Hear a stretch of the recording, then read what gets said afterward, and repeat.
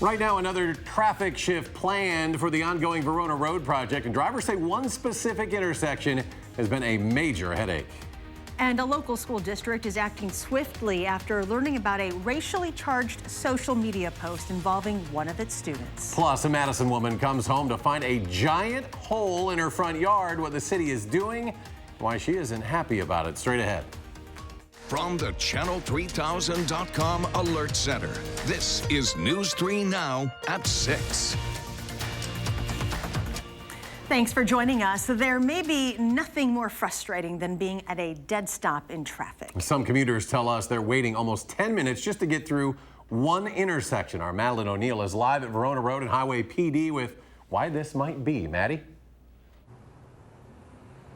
Hi, Eric and Charlotte. Yeah, rush hour is about ending, but things are still jammed up here. I want to show you a line of cars. This is McKee Road. The line goes back about to the Aldi, and it comes all the way over here to the intersection of Verona Road and County Highway PD. And here on Verona Road, drivers are no strangers to construction, but with increased wait times here at this intersection, officials are asking for a renewed sense of patience. You're like, come on, move, do something. Don't block the road. We all know the feeling of being stuck out in traffic. It's just amazingly crazy out there. Sometimes it's easier to just watch it from inside. The food here is very, very good. Despite traffic, regular Bruce Eggers finds his way to Monkey Shines. About every day. A bar and restaurant on Highway PD and Nesbitt Road near the Verona Road intersection. During rush hour. Literally, it's almost impossible to get off of Nesbitt Road to cross Nesbitt Road from Verona Road. When we were first here, it was out in the country. Since 1978, current owner Corey McMahon has watched the area grow through the windows of his family's restaurant. And it adds traffic. That's all there is to it. You just need to upgrade the roads that we have. Those upgrades mean longer wait times. Staff say they add 10 minutes to the drive. Yeah, they're feeling it. They're definitely feeling it. The Department of Transportation says with the new, larger configuration of the Verona Road and Highway PD intersection, there's too much space for 2 lanes of traffic to turn left at the same time safely. Now they have to alternate, so we do have some pretty long wait times at these intersections. DOT officials have been monitoring and adjusting the intersection, saying they now believe they're in a good spot. They say it can take drivers a few weeks to adjust and are asking them to be patient. Visualizing the end game, so to speak, because it's really going to be wonderful when it's done. Which is sometimes easier said than done. Because I really, truly do hope that they get it done soon. The DOT says you'll either want to plan some extra time for your commutes or find alternate routes because this intersection will have work done most of the summer. They say they are watching the intersection to look for any potential improvements, but there's only so much you can do during rush hour. Maddie O'Neill live along Verona Road at Highway PD tonight. Maddie, thank you. And then early next week, crews will be shifting traffic near the intersection of Verona Road and Raymond Road. They say this will be the permanent configuration in that area. All of the asphalt and concrete that is piled up in the median that you've seen there will eventually be crushed and then reused as a part of the project. Let's check your first alert forecast now. Here is Chief Meteorologist Gary Canaldi. Well, we started out the day with sunshine. We had some clouds this afternoon, but eventually we'll see those clouds break up later on tonight. As we take a look at visible cloud track, you can see how those clouds have moved in for this afternoon, but they're already starting to thin out, especially north and west of Madison. There were a couple of sprinkles of rain that might have made it into far southwestern Wisconsin. Didn't see any surface reports that it actually reached the ground. And other than that, looks like we'll see dry weather for tonight and most of the day tomorrow. Maybe an outside chance for a shower tomorrow afternoon. It was a little cooler last night with the skies clearing out. We dropped to 33 in Madison, but you can tell the areas that had a little more cloud cover because they were closer to the 40-degree mark. High temperatures today were in the upper 50s to around 60 here in Madison. We're just shy of 60 degrees, but it did touch 60 out to the west. Closer to Lake Michigan, temperatures were right around 50, or now they've dropped into the low to mid 40s. Milwaukee down to 43, while Madison still at 56. La Crosse inland with some sunshine is at 61 degrees. By tomorrow morning, there could be some patchy fog. Otherwise, look for temperatures to drop into the upper 30s and low 40s. Tomorrow, though, during the day, look for partly sunny skies. Our high temperature topping out at 68. Just a slight chance of a shower in the afternoon. That's your News 3 Now First Alert forecast. Gary, thank you.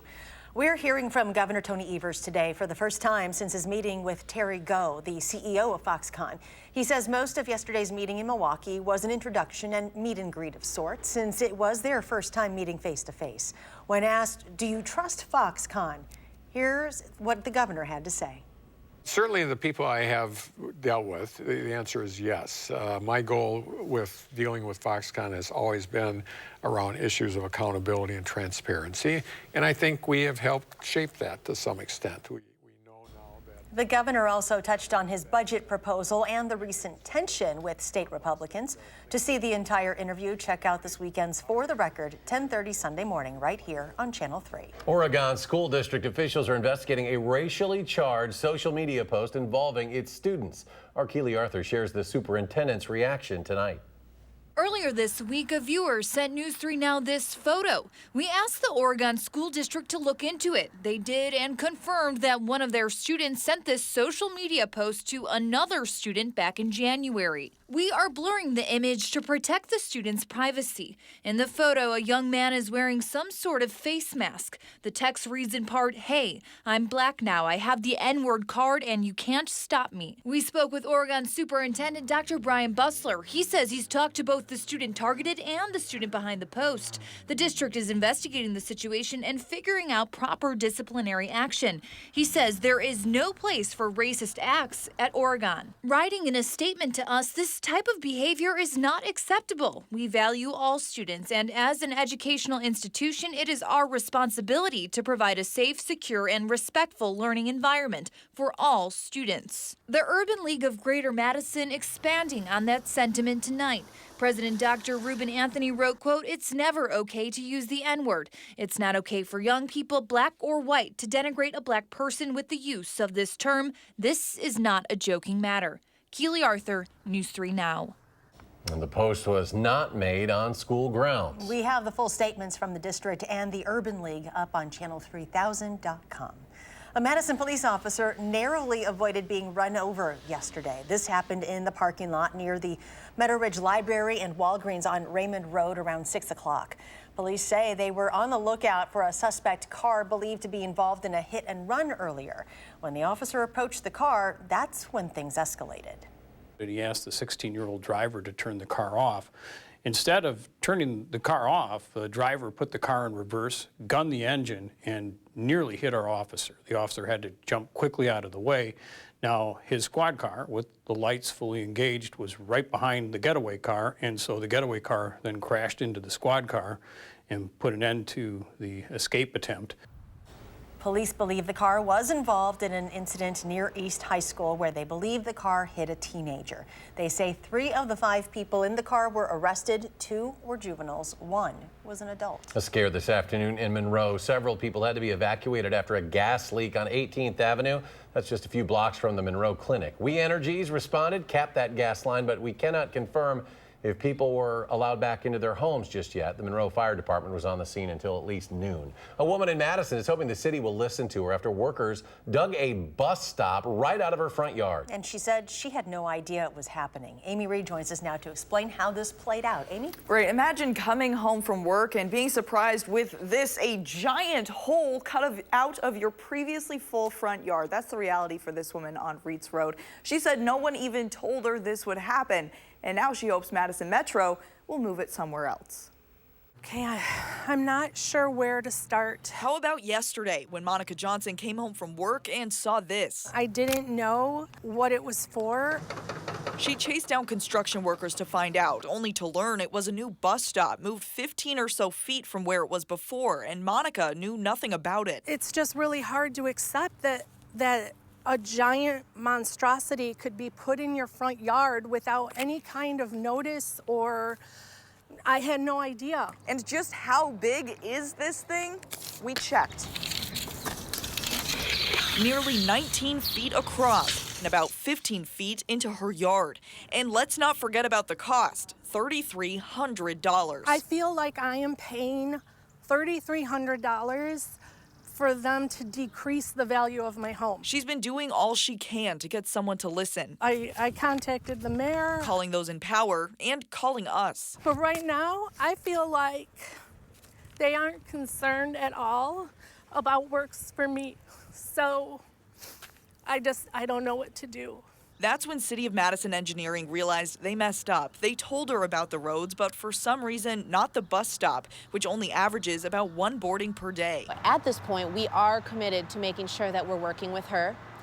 We want to do right by this, and we want to take this moment to reflect and think, how can we do this better? And because of the confusion, they've altered the project, opting to cut the square footage for a sidewalk and taking care of that cost themselves. But Monica hopes the city will continue to listen and maybe move this pad somewhere else. Right here, this enormous pad, I don't know what to say, and I don't know how to get over it. Metro Transit, who's in charge of the bus stop and pad placements, they told me that they are talking with Monica and they'll decide if they can move it on Monday. Wow, a story we'll definitely be following. Amy, thank you. Still to come tonight, a Wisconsin boy has gotten national attention for his lightning-fast hobby. But when we come back, why his plans for the future are getting the attention of some local doctors.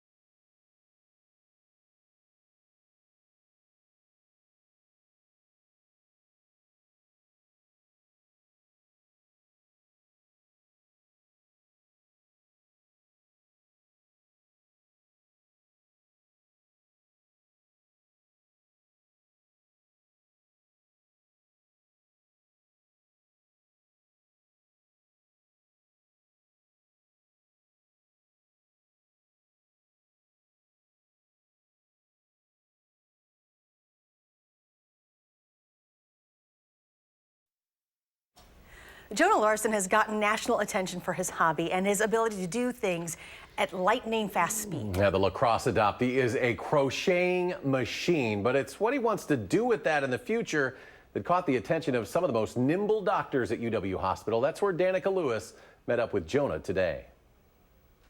So you put your hands like this. It's safe to say Jonah Larson is more adult than some adults. How long does it normally take to master this? So when you ask the 11-year-old about his future, Well, when I grow up, I want to be a surgeon. Yeah? he is very sure of his answer. Yeah, that's what I'm going to be. It's tough, isn't it? Yeah.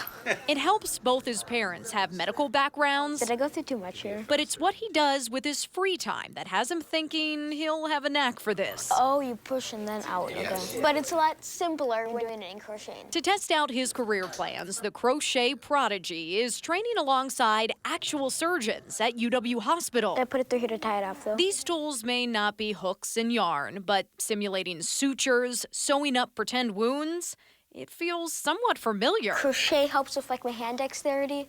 That's another reason I want to be a surgeon. When he said he wanted to be a surgeon, I thought we need to invite him to our Department of Surgery. Did mine become too short all of a sudden? As he's been saying, this is really his priority, is to be a surgeon someday. So what better way than to try it out with us? Could you hold that? Yep. He's incredible. It's a way to help people.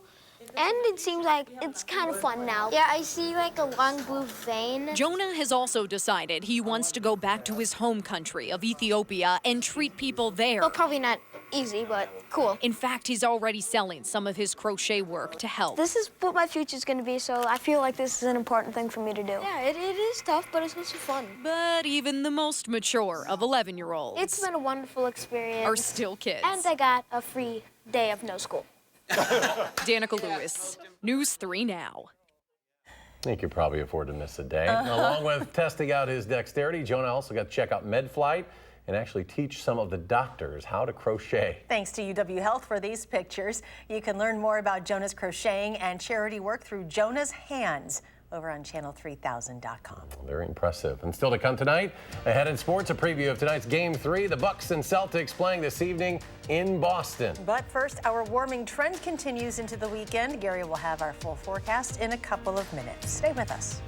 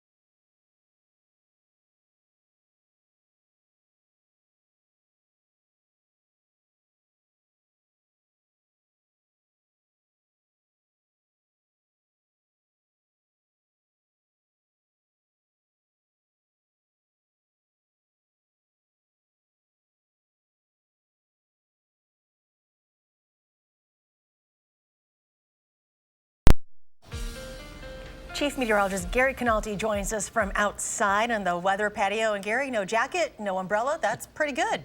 Do have some clouds, but I'm starting to see some sunshine starting to filter on through. So the clouds are going to start breaking up tonight, and we should see a fair amount of sunshine for the weekend, which is good news. Let's take a look first of all at visible cloud tracking. See what I mean? We start out this morning with some sunshine. The clouds moved in this afternoon, and now those clouds are starting to break up out to the west of us. On Doppler track, there were a couple of sprinkles of rain that tried to make it in southern Wisconsin, but really didn't have much success doing that. There are some showers and isolated thunderstorms to our north and west. That will fizzle out. The bulk of those showers will stay to the north for the overnight hours. But we are expecting more rain after the weekend. So hopefully you can enjoy the weekend, because by next week we're back to another period of wet weather between Monday and Thursday, according to longer range computer models. And the very latest computer model forecast from the U.S. government GFS computer model, about 1.5 inches to almost 2 inches of rain, and the European computer model even higher, about 1.5 inches to about 2.5 inches of rain, especially down toward the Illinois state line. the heaviest rains are expected to be across northern Illinois and eastern Iowa. Again, that's a part of the Midwest. It just doesn't need any more rain, but unfortunately, we got some more wet weather on the way. Time lapse from the WISC sky cam early this morning shows the clear skies and a beautiful sunrise, and then we turn the camera around looking toward the Capitol, and you can see how the clouds just kind of gradually filtered in during the afternoon hours. Didn't bring any rain, but those skies are starting to break up a little bit. The live view from the WISC sky cam still shows mostly cloudy skies over Madison, but the Queen Bee radio sky cam on Platteville shows some sunshine now starting to work its way through, so that sunshine moving in our direction. The Edgewater sky cam downtown Madison showing mostly cloudy skies over the Capitol. Our high temperature today, 59 degrees, another improvement by a few degrees over the last couple of days. Low temperature a little cooler this morning at 33, but right now we're at 56. Skies are mostly cloudy, just a few breaks in the clouds. The air is calm, the humidity at 47%. Temperatures right now are mainly in the 50s across Wisconsin, a few 60s out to the west where the sun is shining. A little cooler near Lake Michigan, Milwaukee right now only at 43. The weather pattern still favors more showers and thunderstorms to our south and to our east. The southeastern third of the nation still looking at a lot of wet weather, but out to the west, skies have really cleared out other than a little band of showers and thunderstorms ahead of a weak cold front moving through Minnesota. Temperatures right now pretty comfortable through the Midwest, but a little bit below normal. You have to get down near the Ohio River before you start seeing temperatures around 70 degrees. So our forecast for tonight calls for skies to become partly cloudy. There might be a little patchy fog. It'll be chilly though with a low of 38. Average low temperatures in the lower 40s. But tomorrow look for a slightly above normal day temperature-wise. Our high at 68 degrees, partly sunny skies, and just an outside chance of an afternoon shower. You can see that on Future Track. The skies clearing out overnight. Temperatures dropping into the upper 30s. Highs tomorrow in the upper 60s. That band of showers is kind of fizzling as it approaches from the north and west. Partly cloudy skies tomorrow night. Low temperatures mid-40s. And then on Sunday, look for high temperatures to gradually get up to around 70 degrees. We'll see cloudy skies by late afternoon, maybe a shower or thunderstorm chance at that point. 7 to 10 day forecast. The rain comes back on Monday, and those temperatures drop right back down by Wednesday and Thursday. Highs only in the low to mid-50s. Nighttime low temperatures mid-40s. Once the rain ends, temperatures will be back at least into the lower 60s for the following weekend. Big game 3 at TD Garden tonight. So how are the Bucks going to battle the Boston crowd? That story next in sports.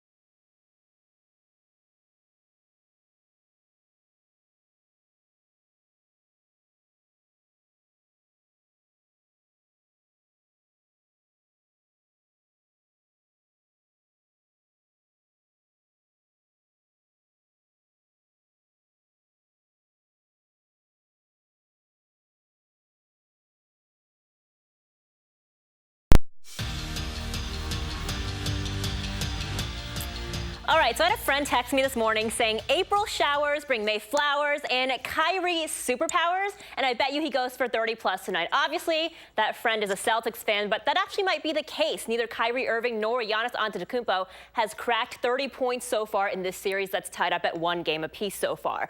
But a good chance Irving may do it tonight because the Celtics have won 28 of 41 games at the TD Garden during the regular season.